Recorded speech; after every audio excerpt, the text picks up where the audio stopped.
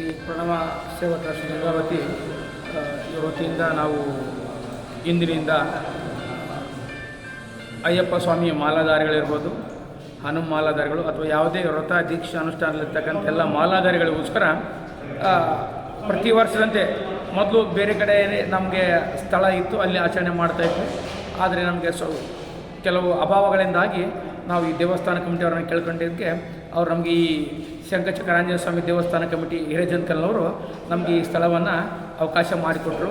ಈ ಹೊಸ ಕಟ್ಟಡವನ್ನು ಕಟ್ಟಿಸಿ ಒಂದು ಒಳ್ಳೆಯ ಸುಕೃತ ಕಾರ್ಯನ ಮಾಡ್ತಾಯಿದ್ದೀರಾ. ಹಂಗಾಗಿ ಈ ನಿಮ್ಮ ಸೇವೆಗೆ ನಮ್ಮದು ಹಳ್ಳಿ ಸೇವೆ ಇರಲಿ ಅಂತೇಳಿ ಟ್ರಸ್ಟ್ನವರೆಲ್ಲರೂ ಸೇರಿ ಒಕ್ಕೋರಲಿಂದ ತನುಮನಧನದಿಂದ ನಾವೆಲ್ಲ ಸಹಾಯ ಮಾಡ್ತೀವಿ, ಒಂದು ಶ್ರೇಷ್ಠ ಕಾರ್ಯ ಅಂಥೇಳಿ ಈ ಒಂದು ಅನುವು ಮಾಡಿಕೊಟ್ಟಿದ್ರು. ಹಾಗಾಗಿ ಇಂದಿನ ದಿವಸ ಬೆಳಗ್ಗೆ ಸುದರ್ಶನ ಹೋಮದೊಂದಿಗೆ ಆರಂಭ ಮಾಡಿ ಎಂದಿನ ಈ ಅನ್ನದಾನ ಸಂತರ್ಪಣಾ ಕಾರ್ಯಕ್ರಮವನ್ನು ಆರಂಭ ಮಾಡ್ತಾಯಿದ್ದೀವಿ. ಗಂಗಾವತಿಯ ಅಥವಾ ಸುತ್ತಮುತ್ತಲಿನ ಯಾವುದೇ ಗ್ರಾಮದಲ್ಲಿರ್ತಕ್ಕಂಥ ಯಾವುದೇ ನಗರದಲ್ಲಿರ್ತಕ್ಕಂಥ ಪ್ರತಿಯೊಬ್ಬ ಮಾಲಾಧಾರಿಗಳು ಕೂಡ ಈ ಅನ್ನ ಸಂತರ್ಪಣಾ ಸೇವಾ ಇದಕ್ಕೆ ಬಂದು ಪಾಲ್ಗೊಂಡು ನಾವು ಪ್ರಸಾದವನ್ನು ಸ್ವೀಕಾರ ಮಾಡಬೇಕು. ಅನ್ಯಥಾ ಎಲ್ಲಿ ಬೇಕಲ್ಲಿ ಪ್ರಸಾದವನ್ನು ಸ್ವೀಕಾರ ಮಾಡಬಾರ ಸ್ವಾಮಿಗಳು ಮಾಲಾಧಾರಿಗಳಿಗಾಗಿಯೇ ವಿಶೇಷವಾಗಿ ಈ ಸಂತರ್ಪಣಾ ಸೇವಾ ಕೇಂದ್ರವನ್ನು ನಾವು ಮಾಡ್ತಾ ಇದ್ದೀವಿ. ದಯವಿಟ್ಟು ತಮ್ಮ ಬರ ನಮಗೆ ಭಾಳ ಸಂತೋಷ ಉಂಟು ಮಾಡುತ್ತೆ. ಈ ಪ್ರತಿ ದಿವಸ ಎಷ್ಟೋ ಜನರು ನಾವು ಮಾಡ್ತಾ ಇದ್ದೀವಿ ಈ ಕಾರ್ಯ ಅಂದ ತಕ್ಷಣ ಎಷ್ಟೋ ಜನ ತಮ್ಮ ತನುಮನ ಧನಗಳಿಂದ ನಮಗೆ ಸಹಾಯ ಸಹಕಾರಗಳನ್ನು ಸೂಚಿಸಿದ್ದಾರೆ.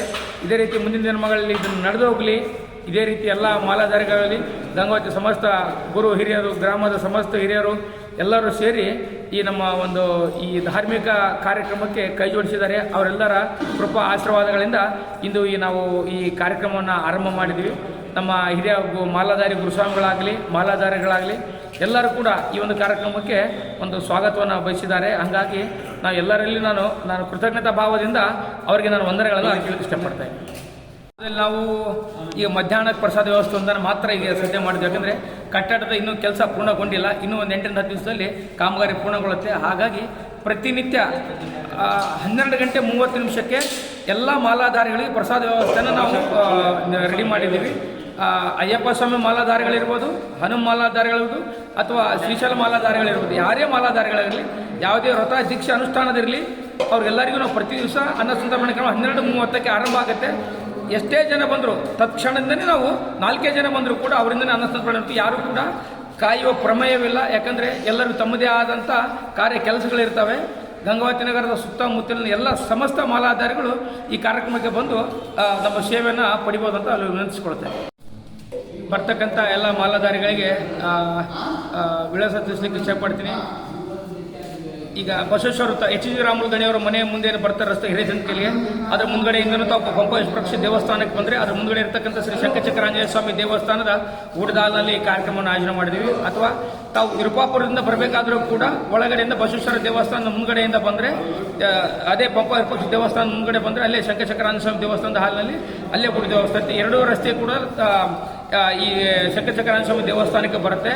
ಹಾಗಾಗಿ ಎಲ್ಲರೂ ಆ ರಸ್ತೆ 2 ರಸ್ತೆಯ ಮಾರ್ಗಗಳ ಮೂಲಕ ನಾವು ಬರ್ಬೋದು ಅಂತ ತಮ್ಮಲ್ಲಿ ನಾನು ವಿಳಾಸವನ್ನು ತಿಳಿಸ್ಲಿಕ್ಕೆ ಇಚ್ಛೆ ಪಡ್ತೇನೆ. ಅದೇ ರೀತಿ ಈ ಒಂದು ದಿನದ ಅನ್ನ ಸೇವಾ ಸಂತರ್ಪಣಾ ಕಾರ್ಯಕ್ರಮಕ್ಕೆ 6,500 ರೂಪಾಯಿಗಳನ್ನು ಸೇವಾಕರ್ತರಿಗೆ ನಾವು ತಿಳಿಯಪಡಿಸಿದ್ದೀವಿ.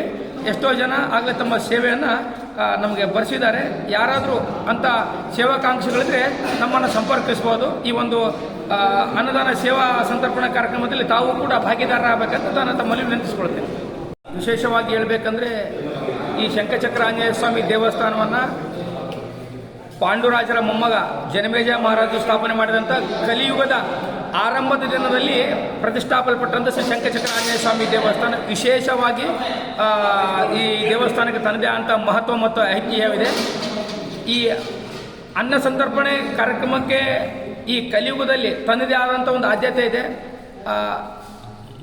ಮಾನವ ಜನ್ಮ ಆಕಸ್ಮಿಕ ಅನಿರೀಕ್ಷಿತ ಘಟನೆಗಳ ಒಂದು ಆಗರ, ತಿಳಿದು ಆಗಿರ್ತಕ್ಕಂಥ ತಪ್ಪುಗಳಾಗಲು ಯಾವುದೋ ಒಂದು ಅನಿರೀಕ್ಷಿತ ಘಟನೆಗಳಲ್ಲಿ ನಾವು ತಿಳಿದು ನಾವು ಪಾಲ್ಗೊಂಡಿರ್ತೀವಿ ಅಥವಾ ಯಾವುದೇ ಪೂರ್ವಜನ್ಮ ಸುಖಗಳನ್ನು ನಾವು ಅನುಭವಿಸ್ತಾ ಇರ್ತೀವಿ. ಹಾಗಾಗಿ ಈ ಅನ್ನದಾನ ಮಹಾದಾನ ಶ್ರೇಷ್ಠ ದಾನ ನಮ್ಮಲ್ಲಿ ಇರತಕ್ಕಂಥ ದಾರಿದ್ರ್ಯ ನಾಶವನ್ನು ಈ ಅನ್ನದಾನ ಸಂಪೂರ್ಣವಾಗಿ ತೊಡೆದುಹಾಕುತ್ತೆ. ಹಾಗಾಗಿ ನಾನು ಎಲ್ಲರಲ್ಲೂ ವಿನಂತಿ ಮಾಡಿಕೊಳ್ತೇನೆ, ಈ ಅನ್ನದಾನ ಮಹಾದಾನ ಸೇವಾ ಕಾರ್ಯದಲ್ಲಿ ಪಾಲ್ಗೊಂಡು ಎಲ್ಲರೂ ತಮ್ಮ ತಮ್ಮ ಸೇವಾ ಕಾರ್ಯಗಳನ್ನು ಈ ಒಂದು ಸಂದರ್ಭದಲ್ಲಿ ಒದಗಿಸಿಕೊಡ್ಬೇಕಂತ ಕೇಳ್ಕೊಳ್ತೇನೆ.